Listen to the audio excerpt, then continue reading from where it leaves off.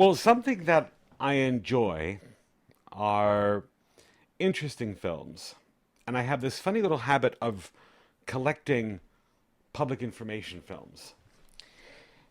And I've been collecting them for a number of years, and I do have some very interesting ones. And I decided to, over the next while, scan them and then upload them online. Some of them I think are online, but not in the restored version like what I've done. Here's one right here. This is a film can. And it is basically a can that you open as such, and inside is a reel of 16 millimeter film. This one is from the mid 1960s. It's shot in color, and it's called Listen, Signal, and Maneuver.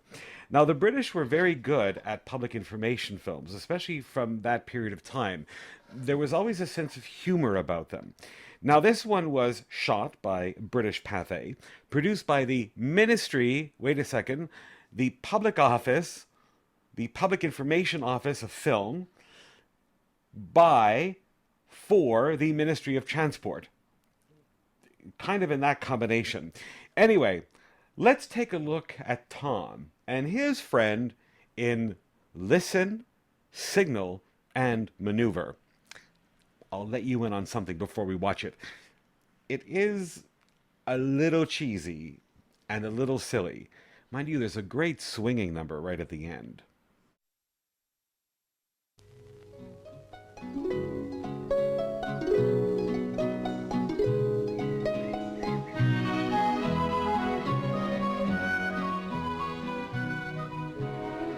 This is Tom.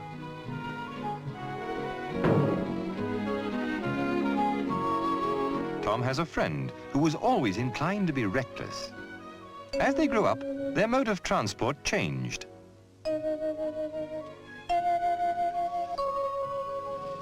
But the careless driving of Tom's friend didn't improve. If anything, it seemed to get worse.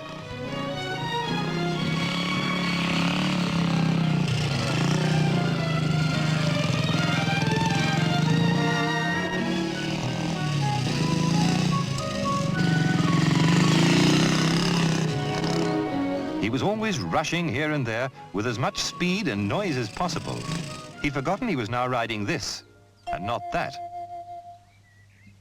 They now both work at the same factory, which has a time clock and a works keeper. Tom leaves for work reasonably early. He likes to get a newspaper on the way, and there's usually quite a bit of traffic about this time in the morning.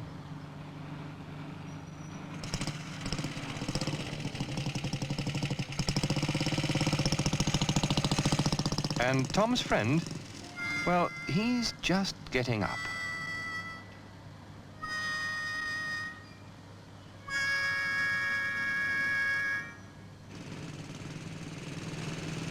Tom takes a pride in his bike and in his riding. Watch him overtake this furniture van. First he checks it's okay to pull out, gives a clear signal, sees the road is clear ahead, checks again behind and passes, not too close. The van might pull out. Then checks that he can move back into his correct position without cutting in on the vehicle he's passed. Never overtake unless you know you can do so without danger to yourself or others. Now, you can't do this safely and correctly if you're always late and have this on your mind. But that's Tom's friend, always late and always in a hurry. Bye, Mum. Flying out of the house, he grabs his bike. Tom, meanwhile, is in good time and unhurried, quite unlike his friend, who is in far too much of a hurry. He starts up and tears off up the road with hardly a glance to see what traffic is coming. To get there on time, he starts to take chances, and so becomes a menace on the roads.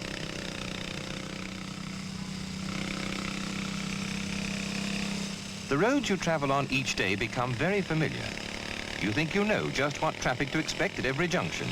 This can be very dangerous. It's the unexpected that causes accidents. Tom, approaching a crossroads, always takes the same precautions.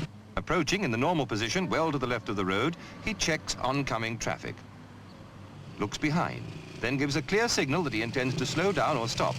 He slows down, looks right, left and right again. Never rely on signals given by anyone except a policeman. Satisfied the road is clear, he accelerates and clears the crossing as quickly as possible.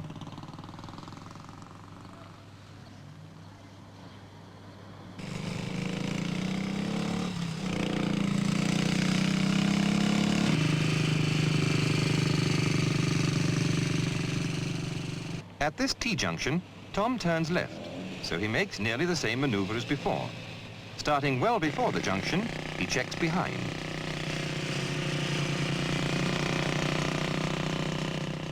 Changes down and reduces speed, then clearly signals his intention. When he reaches the junction, he looks right, left and right again, giving way to the lady in a hurry. See how Tom kept well to the left of the road before and after making the turning. In the meantime, Tom's friend is trying to make up for lost time.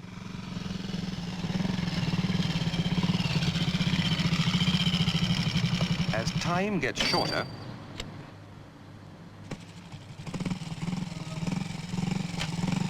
he tries a shortcut he knows, but because of his speed and careless use of his brakes, it takes him much longer. To brake correctly, you should use both front and rear brakes simultaneously.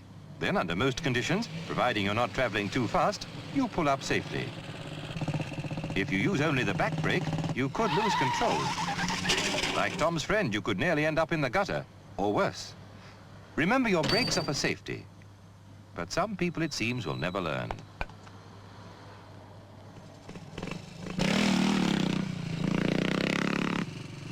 Tom is in good time to get his paper this morning. The nearest shop to the factory is the one just right at the next crossroads. It's a main road, a tricky crossing. Well before the junction, Tom checks the following traffic. The road is clear, so he signals, "I intend to move out or turn right." He then changes down and reduces speed, keeping to a position slightly left of the center of the road.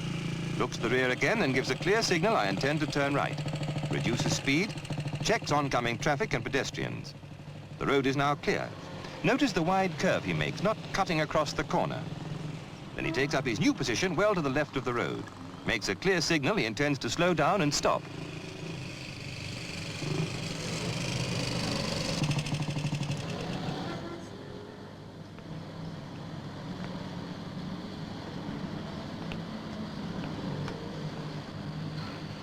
A good way to help you ride safely is to think of this slogan: look, signal, maneuver.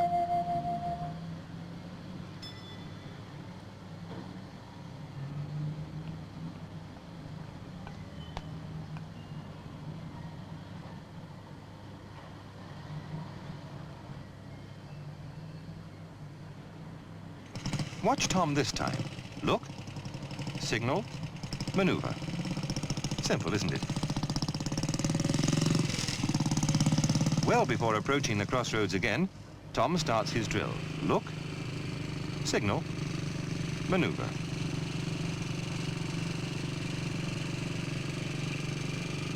And again before turning.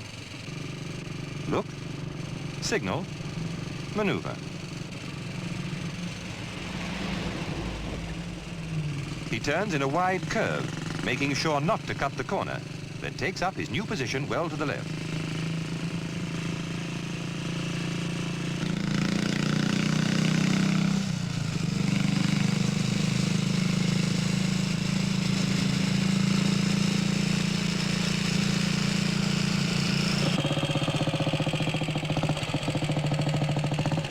As Tom arrives at the factory, his friend is tearing along full of bravado. He'll just make it again. Watch out!